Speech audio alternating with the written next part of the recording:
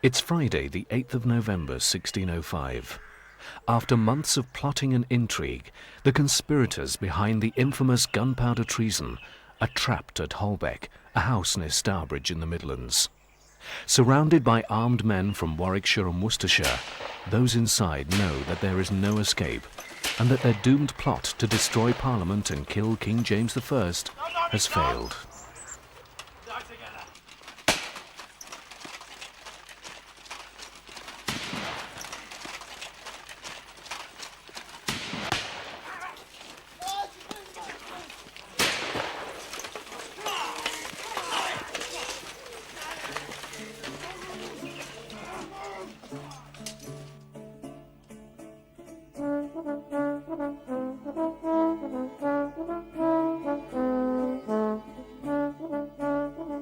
The timely discovery of the Gunpowder treason, which prevented the destruction of the Houses of Parliament and the certain death of the King, is commemorated every November the 5th to this very day.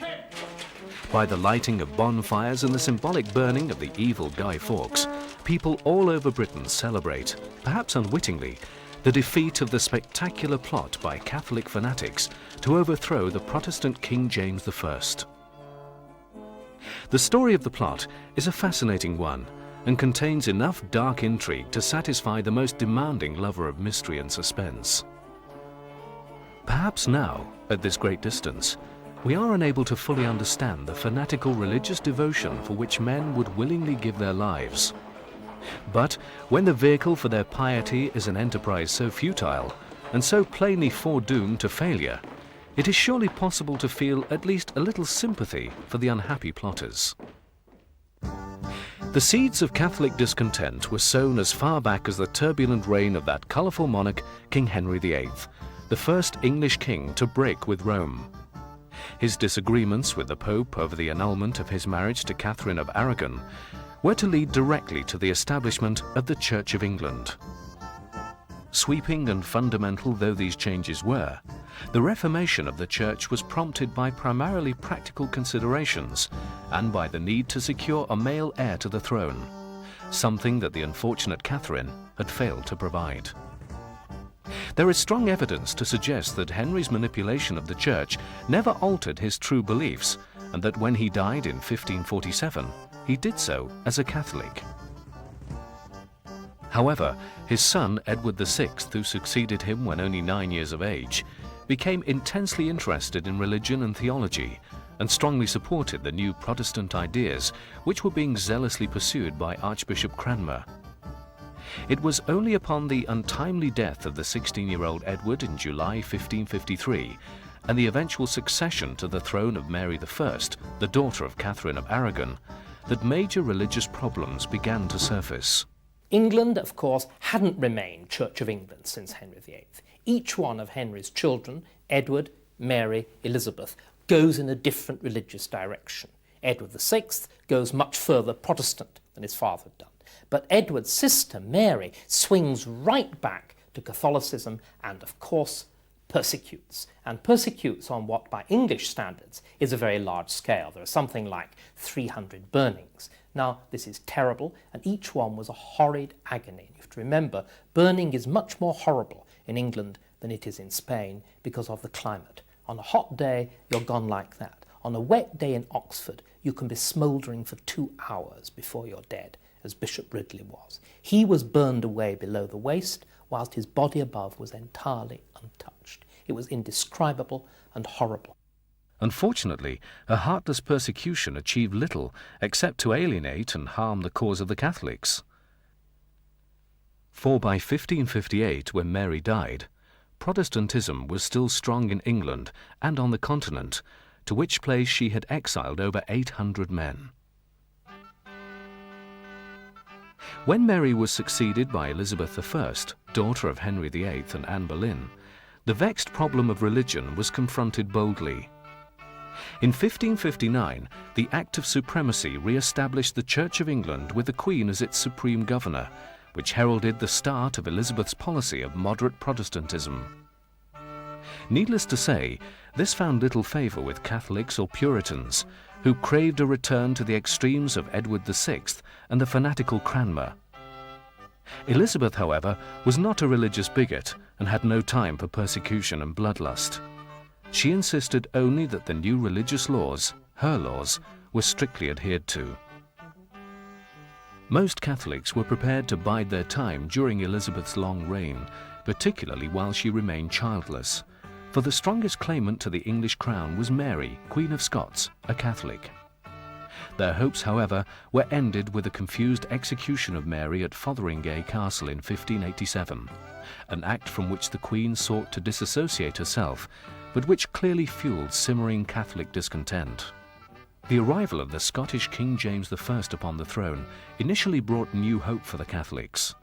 One of Elizabeth's courtiers, when James came to the throne, said, "It's a new world. Each new reign is a new world, and it's a new world that offers opportunities." And everybody saw an opportunity in James. People were actually very fed up with Elizabeth. Now, why should a Catholic see an opportunity in James? Well, remember who James is. He is the son of Mary, Queen of Scots, the woman who, as it were, is Elizabeth's great opponent, is the hope of all Catholicism in England, is the woman whom all those plotters under Elizabeth, the Ridolfi plot and all the rest of it, actually hoped to put on the throne. James, her son, is now king. It's easy to see why they hoped. It's easy to see, of course, how James, in some ways quite cynically, encouraged those hopes. He is anxious to get as broad a base of support as possible in England. If he can offer them a little bit, if he can take a few onto the council, admit a few more into the court, even organise an religious conference that seems to hold out the prospect of accommodation, everybody says, splendid. He does exactly the same with the other religious extreme, with the Puritans. Again, there's the Westminster Conference as the attempt at accommodating everybody. James, the son of Mary, Queen of Scots, had already made promises of better treatment for Catholics. Indeed, a priest named Watson had travelled north to accept the king's personal assurances on the matter, and there is no doubt his promises helped to ensure a smooth accession to the English crown. Once installed as king, however, these pledges were broken, and the Catholics were quickly rounded upon. Heavy fines were imposed upon them, and lest the country should remain in any doubt as to his position, the king made a clear declaration on February the 10th, 1605. His words were recorded by a member of the court.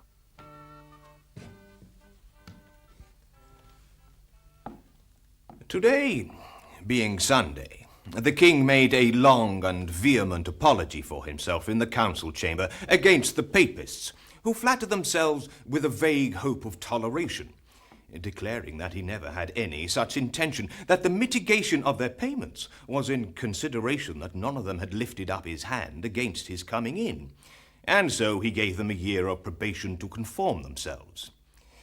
Seeing that it had wrought no effect, he had fortified all the laws that were against them and made them stronger, saving for blood, from which he had a natural aversion, and commanded they be put in execution to the uttermost. And so now a new feeling swept through the embittered Catholic community, that of betrayal. With hope of legitimate salvation fading fast, the thoughts of certain gentlemen turned to rebellion. It would clearly need force to eject the hated Protestant king and replace him with a Catholic who would restore the old religion. Those who entertained such fanciful thoughts conveniently overlooked two very important points. Firstly, that the country was Protestant in inclination, with many associating Catholicism with foreign collusion and danger. And secondly, there had been popish plots before, and without exception, all had failed. The portents for a Catholic uprising were not good. What I think is important to realise is that 16th and 17th century Europe were really rather like Europe after the Second World War. It was a Cold War that sometimes became a hot war, but it wasn't between right and left. It wasn't the Americans against the commies. Instead, it was Catholic against Protestant. Sometimes it turned into real live wars, but generally there was a kind of running sore of Cold War, of plots, of counterplots, of persecution. And England saw this very markedly. The whole way through Elizabeth's reign, there are scares, there are fears, there are sort of gossipings in corners, and then every so often you actually get a plot. You get the Ridolfi plot, you get the Babington plot, you get the Lopez plot, but always the target is the same. It's the Queen, it's the monarch. The idea was cut off the head, stab the head, and then see what happens. There'll be a great political upheaval, then we can move in. The prime force behind the planned treason of 1605 was Robert Catesby, a tall and handsome 32-year-old from Lapworth in Warwickshire. Catesby was no low-born simple peasant. He was the son of Sir William and Lady Catesby and the owner of a large inherited estate at Cheselton in Oxfordshire. A good swordsman, possessed of excellent manners, the persuasive Catesby had been a wild youth and had shown little interest in religion until his father's death in 1598, at which time he suddenly embraced the Catholic faith with a frightening passion. But this newfound religious fervour brought him only trouble, and he became entangled in the Earl of Essex's ill-fated rebellion of 1601.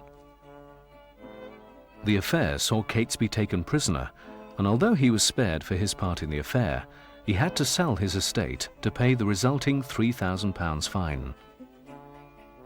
It's certain that Catesby's involvement was never forgotten or forgiven by those whose downfall he had hoped to bring about. In 1603, Catesby, with others, tried to persuade Catholic Spain to intercede by declaring war on England, but this would have been disastrous for Spanish interests at the time. The plotters' entreaties, therefore, fell upon deaf ears. But in 1604, Catesby dreamed up the idea of blowing up the Houses of Parliament and killing the King and Queen. The ambitious plan was first discussed at Catesby's house in Lambeth, when there were two others present. John Wright, Catesby's old friend, fine swordsman and fellow Essex conspirator, was one. The other was Thomas Winter, a Worcestershire man with a strong Catholic background.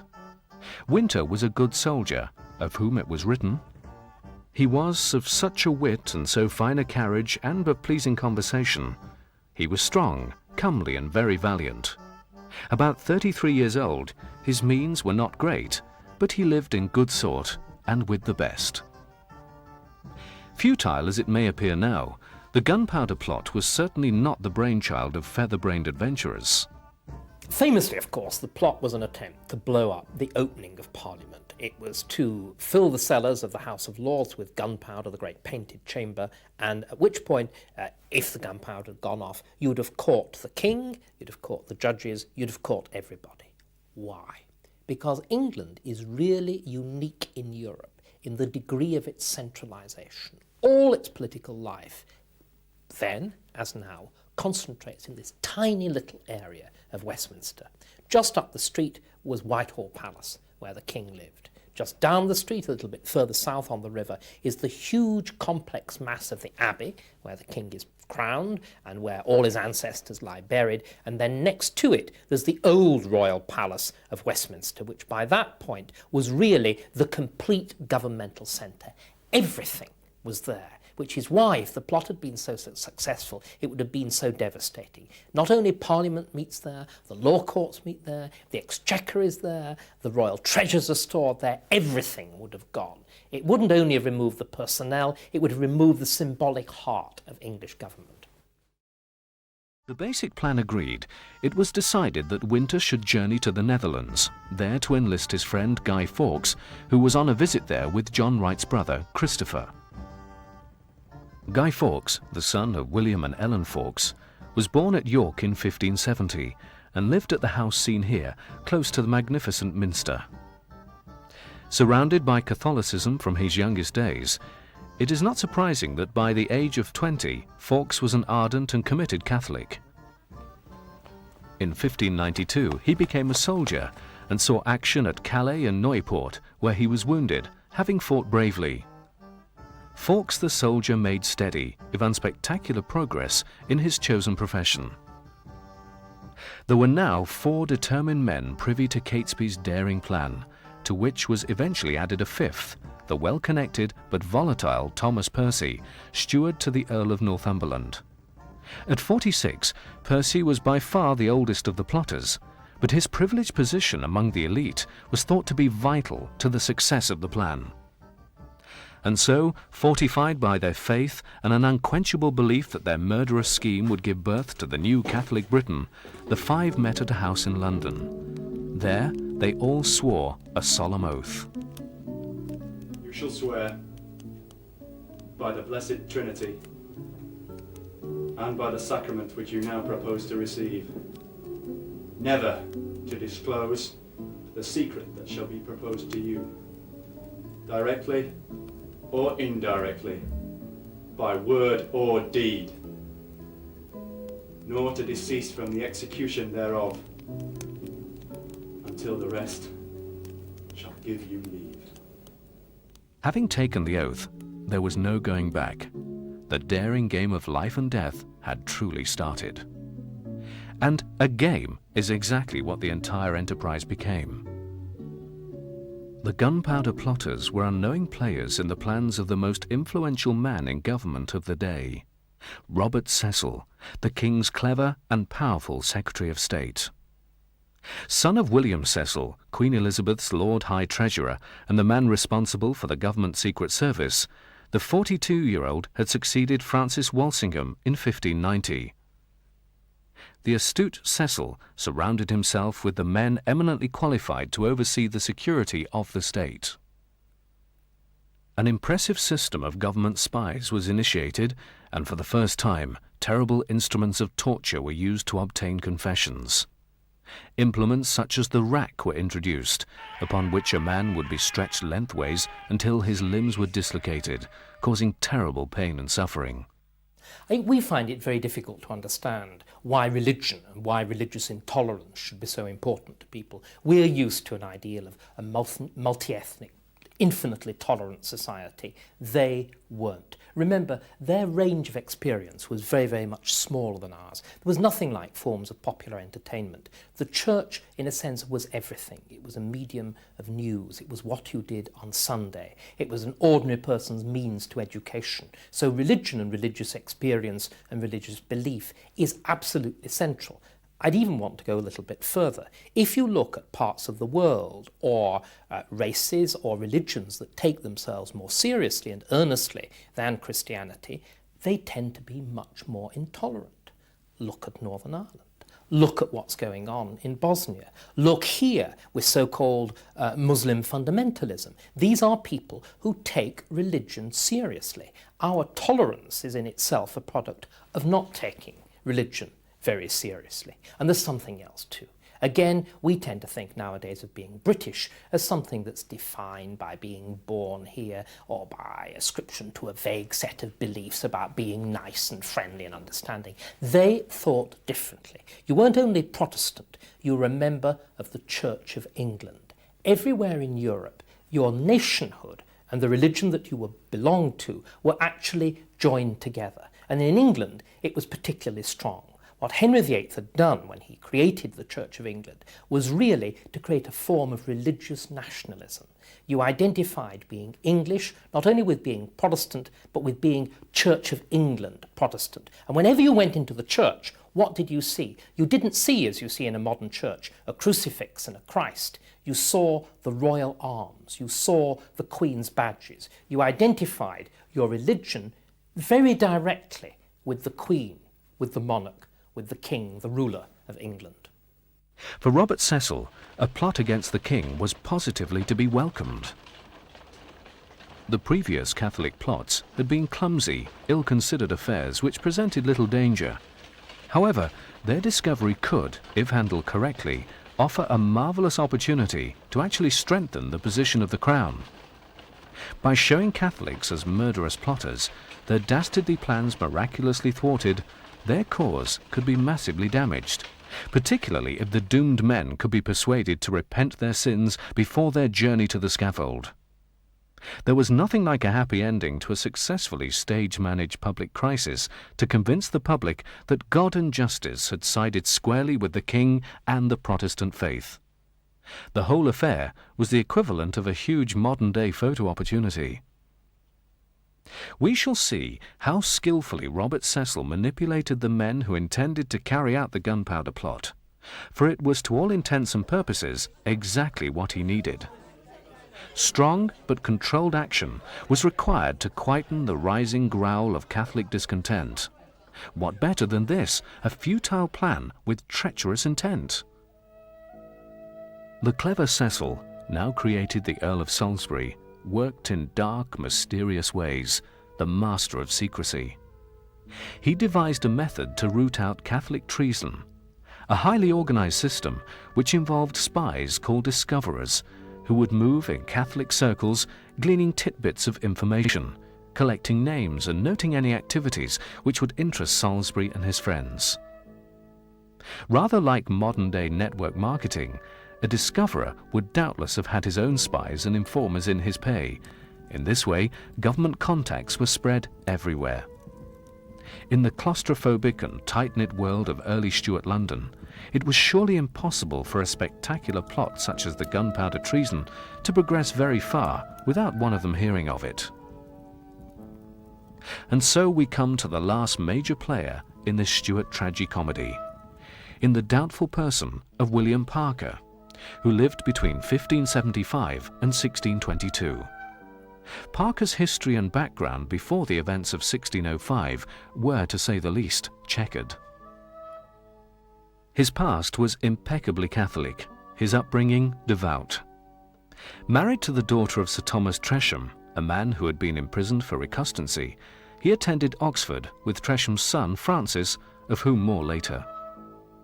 Parker was one of those who, as late as 1601, had escaped with his life after the discovery of the Essex Rebellion, so there was little to suggest the dramatic change of loyalty which occurred in 1602. Parker successfully petitioned for the title of Lord Monteagle, a title which came from his mother's side of the family. It's little short of amazing that this recent rebellious Catholic should not have been taken to the Protestant bosom of the establishment with such speed. It's a little less surprising when we learn that Parker, or Monteagle as we must now call him, had agreed to spy on his erstwhile Catholic friends. He was rewarded richly for his speedy conversion by the bestowal of his title. Perhaps nothing better illustrates the Gunpowder Plotter's hopeless position from the outset than the fact that one of the gentlemen of Monteagle's household was Thomas Winter, a prime mover in the treason. Now the conspirators were faced with the practical problems of blowing up the Houses of Parliament. How was it to be achieved? The problem was solved by Thomas Percy, who managed to rent a building right next to their intended target. The position was perfect. From this small room, a tunnel could be dug directly under the House of Lords and the gunpowder placed in the optimum position. There was, however, one difficulty. A caretaker would clearly be needed to look after the building, and he would need to be privy to the details of the plot. After much debate, it was decided to entrust Robert Keyes with the job. Now, as we look back, Keyes seems an odd choice. He had a confused personal life and was particularly bad with money. In fact, he was overwhelmed by debt. With little prospect of escape, and the doubt remains that he may have viewed the whole Gunpowder Plot as one last throw of the dice. Although a little uncomfortable that their tight-knit band should be enlarged, the plotters realized that this was the only way in which their scheme could reasonably progress. Keyes, with his Catholic background, was duly sworn in. Work began on the tunnel in early December 1604. After 6 weeks of extremely hard physical labor, the 5 men had nothing more to show for their efforts than a tunnel filled with water, which was hardly conducive to keeping gunpowder dry. In their enthusiasm, the plotters had failed to realize that the River Thames, only a few yards away, might encroach upon their work. It began to appear that their whole enterprise was doomed to failure, for it had ground to a halt almost before it had started. Certainly some of the group did give up hope at this time, but not Robert Catesby or Thomas Percy, the 2 most committed and fanatical of their number. Almost perversely, they set about recruiting 4 more men to the cause, even though the route to success appeared to be firmly blocked. John Grant, Christopher Wright, Robert Winter, and Thomas Bates all became members of the ever-growing number of Catholic plotters. Christopher was the youngest brother of John Wright, whilst Robert was the elder brother of Thomas Winter. Bates was Catesby's servant, and Grant owned a large estate in the Midlands, the intended seat of the Great Catholic Rebellion. Rather like an army with no weapons, the men planned its treason with absolutely no idea how it was to be carried out. The conspirators were delighted to discover that the vault under the House of Lords had suddenly become vacant. What an incredible stroke of luck! Doubtless convinced that God's hand was at work, Thomas Percy immediately rented the room and their plans could be put into action at last. And, as the Gunpowder Plot once more spluttered into life, there was one other very happy man. The redoubtable Earl of Salisbury, who had ensured that the vault had miraculously become available. It had not been difficult for Lord Monteagle to pick up hints of the plot as he moved among the Catholics of London. It is hard to imagine that Thomas Winter, who was in Monteagle's employ, would have directly divulged their plot to him, but he trusted him, and much could be gleaned from a careless remark or a simple slip of the tongue. Whatever evidence Monteagle had gathered, he suspected enough to pay a visit to Salisbury. It was not long before the spies and discoverers were at work, and the names of the major players in the game were in the government's possession. For example, Percy had rented the room beneath the House of Lords in his own name. It was well known that he was a good friend of Catesby and Winter, who had been part of the Essex Rebellion, and so on. In truth, it was not difficult for Salisbury's agents to piece together a fairly accurate idea of how the great treason was supposed to work. And, as we have seen, nothing could have suited the wily Earl better than a juicy, timely, and completely futile Catholic plot. He would, therefore, have been mortified to hear that the River Thames had, quite literally, dampened their plans, and therefore moved quickly to ensure that those involved were given suitable encouragement to continue. The goals of the plotters of the Gunpowder Plot are actually rather difficult to discover, but what would they have done? They would have blown up not only the king, but the House of Lords, which would have meant the whole of the ruling elite, all the judges, and a large part of the House of Commons. It would be as though the IRA had really carried off the bombing of the Grand Hotel at Brighton, and the aftermath would have been similar to the IRA's success. You would have got rid of the Prime Minister and the Cabinet now.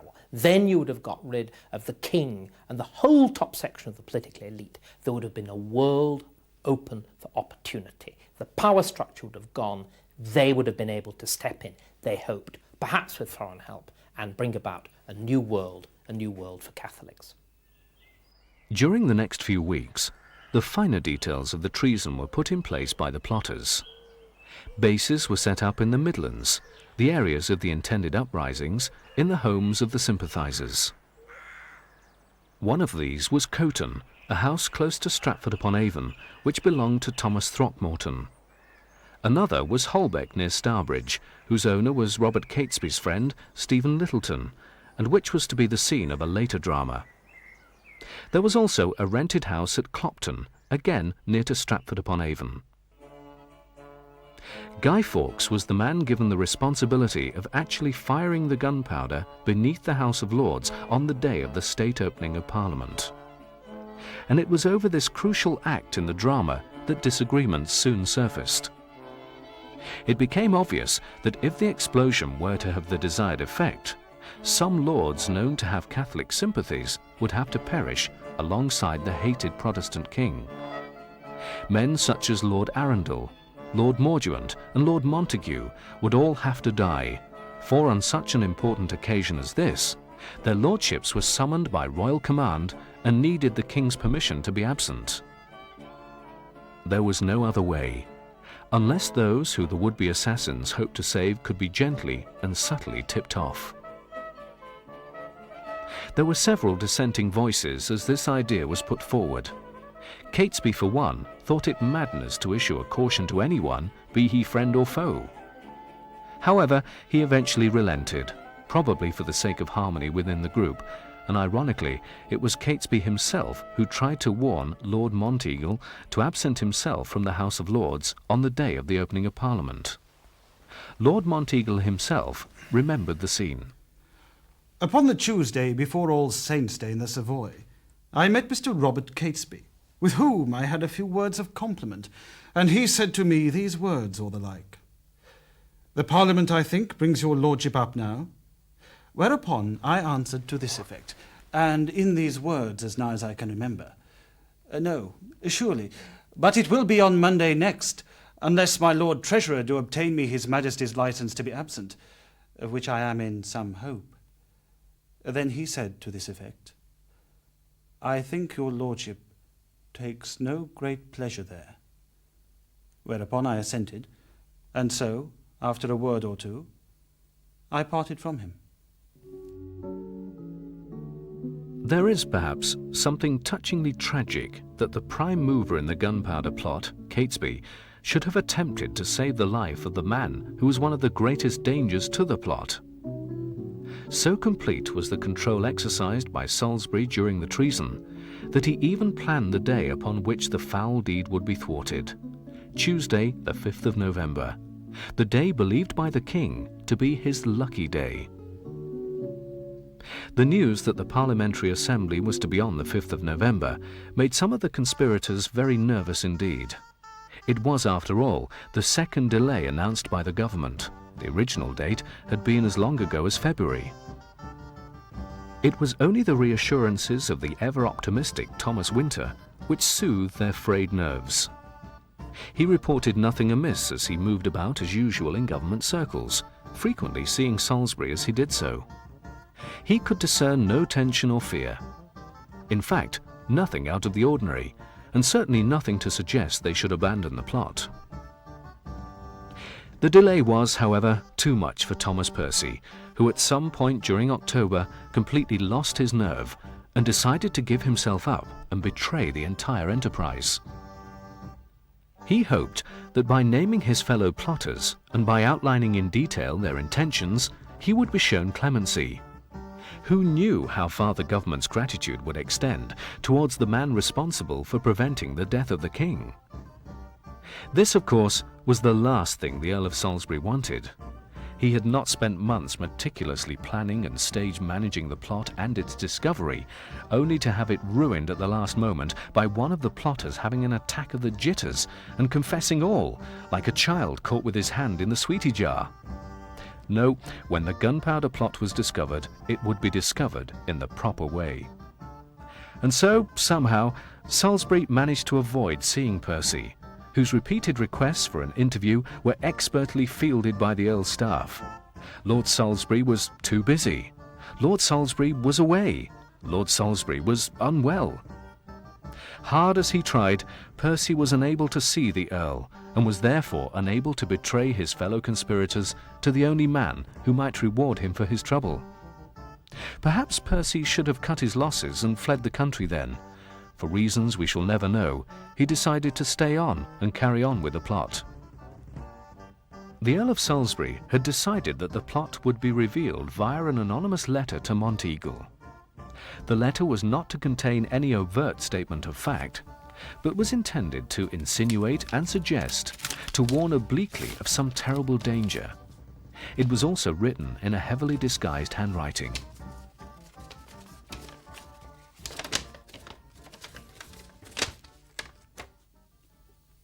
To the Right Honourable the Lord Monteagle.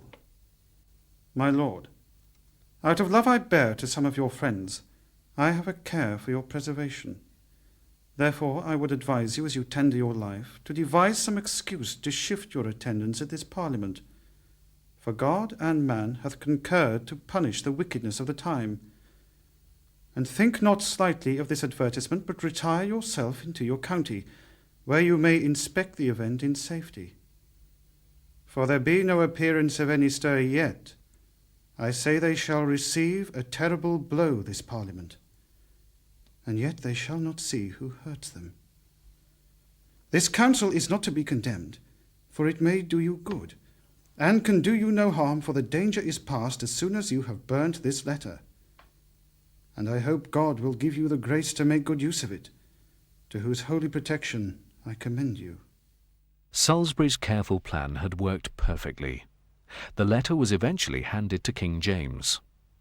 His ministers, professing bafflement at the contents of the letter, looked on amazed as the king read it aloud, concluding at length that it suggested some kind of plot, perhaps even involving gunpowder. A search party was organised at once to confirm the king's suspicions. What was more, wonder of wonders, the king had discovered the plot on Tuesday, November the 5th, his lucky day. In the early hours of Tuesday, November the 5th, Sir Thomas Crevett burst into the underground cellar beneath the Houses of Parliament and found Guy Fawkes with 36 barrels of gunpowder which were hidden beneath a pile of coal and firewood. Fawkes had on him a watch, slow matches and a lantern. He was arrested and taken immediately before the king. The scene was witnessed by a courtier. When the king had come to the Parliament House that day, and the upper house had been sitting, he meant to have fired the match and fled for his own safety before the powder had taken fire, and that, had he not been apprehended, he would have blown up the upper house when the king, lords, bishops, and others had been there. For the gunpowder plotters, all was now lost. Their position had been hopeless from the beginning, of course, but now bitter reality had arrived to shatter their fantasies and dreams. It was time to pay for their treason. As soon as they realized that the plot had been discovered, the conspirators fled for the Midlands. There it was decided there was nothing to be lost by continuing to attempt to recruit men to the cause, trying to raise an army of Catholic supporters in a last desperate attempt to march on London. Naturally, they met with little success. Eventually, expecting any day to be met by the king's forces, they all converged at Stephen Littleton's house, Holbeck, near Stourbridge. From here, they would plan their next move, though none really knew what the move was to be. They couldn't attack, they had neither the men nor the resources. They could defend the house, but to what end and for how long? As Catesby, Percy, Winter and the others looked out from the windows of Holbeck, they saw no future before them, except for violent death at the hands of the executioner. The dream of a Catholic England was probably further away than ever, buried in the shambles of their doomed plot. Salisbury was in no desperate hurry to pursue the plotters, for he knew approximately where they were, and of course, he had Guy Fawkes in his dungeons. He knew that total success could be achieved by ensuring that Fawkes revealed the name of every conspirator. Of course, he already had the names of Catesby, the Winters, Percy, the Wrights and Grant, and he was sure that he could persuade Fawkes to complete the sorry list. Friday, the 8th of November. I'm afraid Fawkes is in a stubborn and perverse humour, as dogged as if he were possessed. He is so sullen and obstinate, there is just no dealing with him.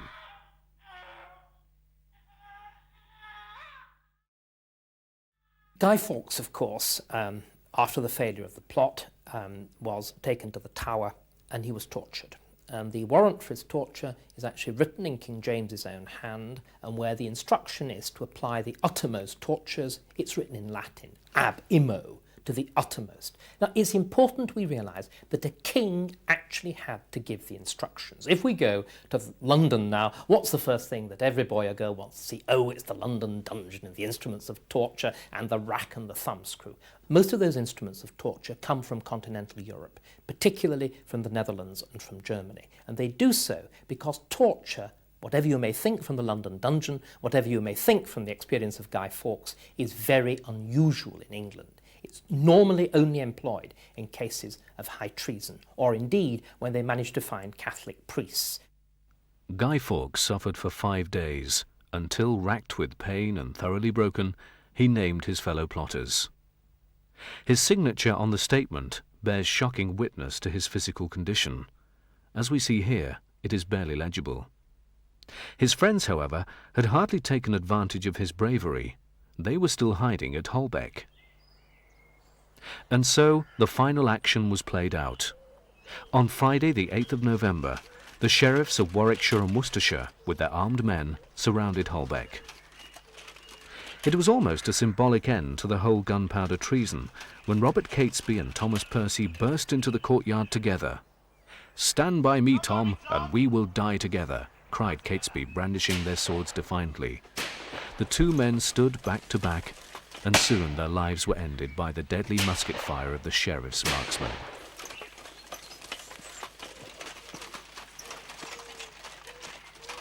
Eventually, those inside, with no hope other than to fight their way out, came into the open courtyard. In a flurry of crossbows and musket fire, John and Christopher Wright lost their lives, and John Grant was badly wounded. Within seconds, the other conspirators had surrendered, and the Gunpowder Plot of 1605 was finally over.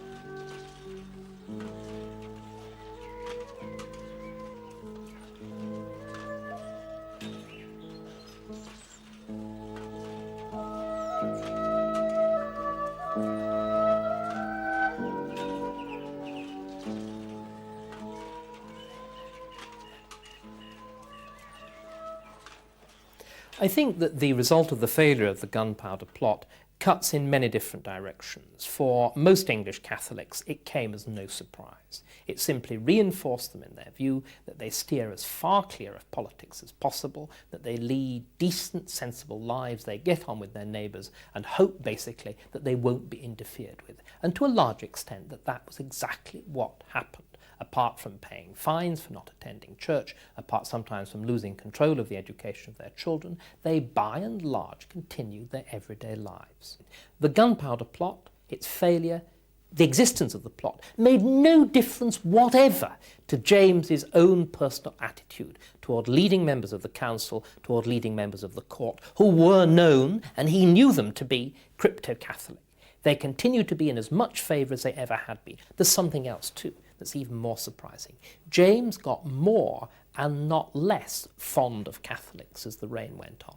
The reason, quite simply, is a kind of foreign policy reason. James saw himself as what he called himself, Rex Pacificus. Now, this doesn't mean that he was a pacifist. It means that he saw himself as a peacemaker.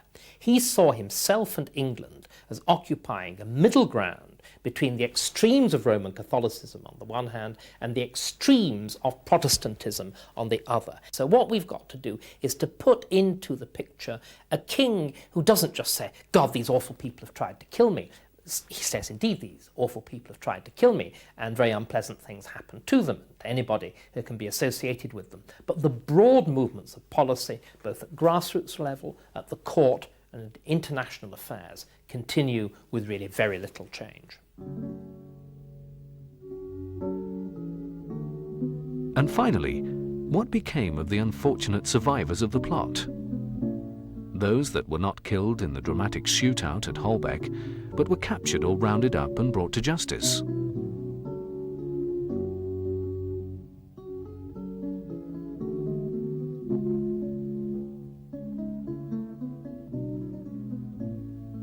Their trial took place on the 27th of January 1606 at Westminster Hall in London. The whole thing, of course, was merely a theatrical showpiece to highlight and confirm to the public the evils of Catholicism. The fate of the men who stood on trial that day had been decided long ago.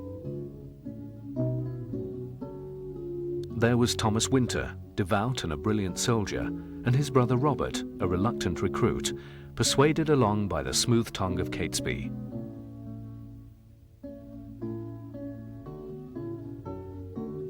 The dull-witted John Grant and Ambrose Rookwood, who were recruited for their wealth as much as their faith. It will never be known exactly how much Catesby told them. It's possible that the first they knew of the attack on Parliament was when the news of its failure came through.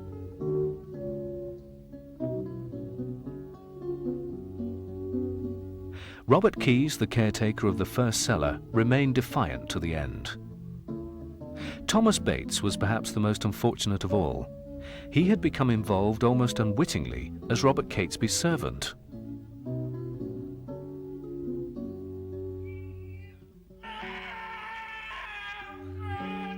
And then there was Guy Fawkes. Now a broken man, undeniably brave and fanatically Catholic, he of all those still alive had suffered most. Now, as each man in turn was pronounced guilty, they faced the barbarism of the penalty for high treason.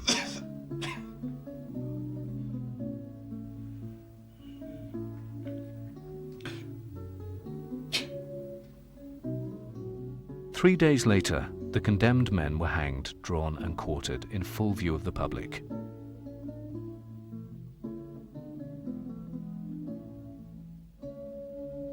Dragged through the streets on hurdles, hanged, cut down while still alive, and then disemboweled. This legalized butchery was intended as the ultimate deterrent to those contemplating similar treason. One at least managed to escape the worst agonies of the executioner. The sick and weak Fawkes threw himself from the ladder at the scaffold and killed himself. Robert Keyes, however, met his end resolutely. "I am ready to die at any other time and for this cause rather than for any other," he had said at his trial, and a contemporary account of his behaviour at the execution records that he behaved like a desperate villain, using little speech, with small or no show of repentance, and went stoutly up the ladder, where, not saying the hangman's turn, he turned himself off with such a leap that with the swing he broke the halter. But after his fall, he was quickly drawn to the block, and there was quickly divided into 4 parts.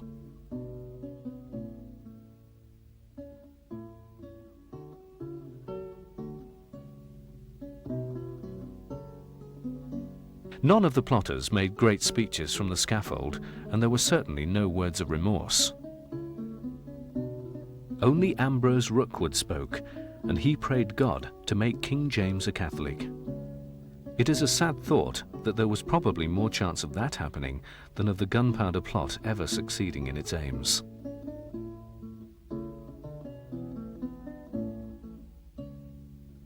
The way, of course, we've continued to celebrate the defeat of the Gunpowder Plot with Bonfire Night and burning of Guy Fawkes, I think shows what I was saying at the very beginning, the extent to which there is a real deep-seated tradition of popular hostility towards Roman Catholicism, because, of course, it was much more overt than it is now. And still, in places like Lewes until very recently, you actually burned the Pope in effigy. And it was a great moment of popular celebration.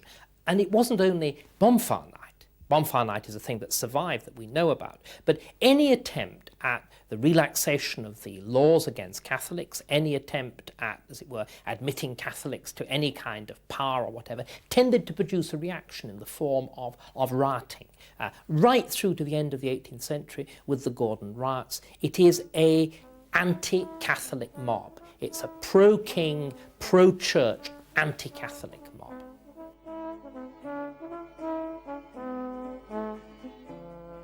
So ended one of the most infamous episodes in British history. Why have the events of 1605 held an everlasting fascination for subsequent generations? Perhaps it is the sheer audacity and scale of the conspirators' intentions, or a grudging admiration for what they were prepared to risk in pursuit of their ideals, or even the natural British sympathy for unlucky losers. Only one thing is sure: history will not allow the memory of the Gunpowder Plot to fade away.